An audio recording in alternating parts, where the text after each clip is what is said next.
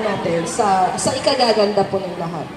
Number 2, bilang isang guro ng Santo Cristo, paano ka makakatulong sa pagpapalaganap na ito? So, sa amin kasi, humbleness is the best example. Hindi ibig sabihin na nakayuko ka, humble ka na. No. Hindi ibig sabihin na nakayuko ha, humble ka na. Naglalakad ka ng nakayuko, humble ka na. Yung humbleness is what you show to the people kung anong inner insight mo. Tapos, dalawang panig upang ma-resolve ang issue.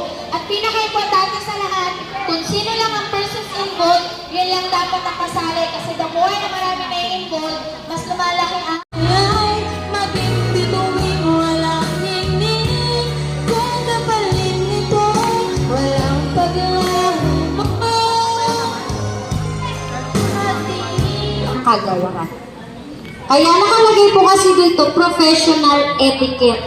So, pag pinasi po natin ito sa mga implementasyon sa ating kagawaran, ang tinutukoy po nating professional etiquette dito ay ang ating PPST or yung ating professional standards. Number 2, bilang isang guro ng Santo Cristo, paano ka makatutulong? Pag tayo po kasi may kanya-kanyang definisyon ng salitang marangal, doon dadating yung problema Kasi sa amin, ito yung ibig sabihin ng marangal.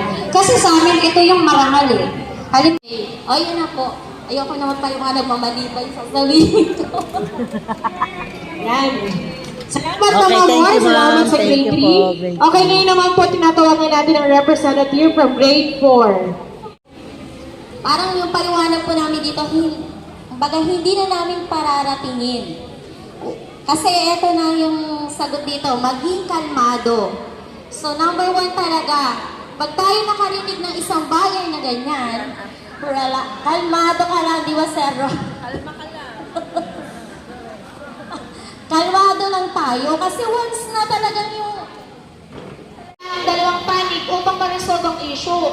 At pinaka-importante sa lahat, kung sino lang ang persons involved, yun lang dapat nakasali. Kasi the more na marami na involved, mas lumalaki ang... Number 3 question, ano daw yun? Ma'am Sandy, ano yung number 3 question? Ano yung number 3 question? About grievance. Okay, so syempre alam po natin yon bilang isang guro. Kailangan po natin munang makipag-usap. And then meron po kasi tayong tinatawag na due process regarding po doon. Wag po nating laktawan yung dapat unahin. Step by step. Laging ulobat. Laging ulobat.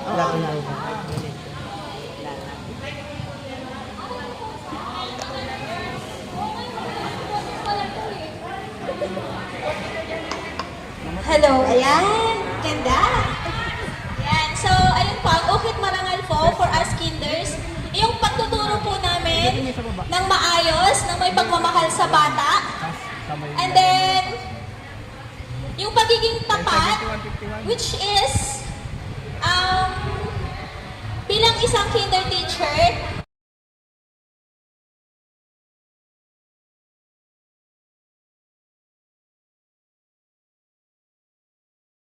dalawang panig upang ma-resolve ang issue. At pinaka-importante sa lahat, kung sino lang ang persons involved, yun lang dapat nakasali. Kasi the more na marami na involved, mas lumalaki ang... Number 3 question, ano daw yun? Ma'am Sandy, ano yung number 3 question? Ano yung number 3 question?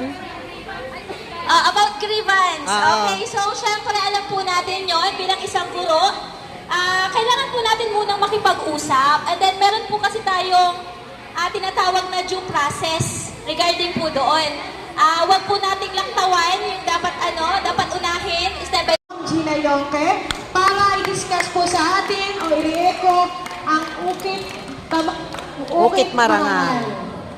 Ayan. Bigyan po natin ang isang masigawang palakpakan. Ma'am Gina Yonke. Ayan. Wow, thank you. Ang dami na natin napag-usapan. Ano po? So, ngayon po, bago po tayo... sa sarili mo, blessing. So, wag natin tingnan yung iba, sarili na lang po natin. Saka lahat ng meron po tayo, regalo po ng Diyos yan. Kasi kung lahat tayo maganda, wala na pong may eliminate, wala na may hihiwalay. Kaya nga po pinaghiwalay ng Diyos ang tao sa iba't ibang itsura. Diba? Mas Nag-aalala. okay pa sila kaysa sa'yo.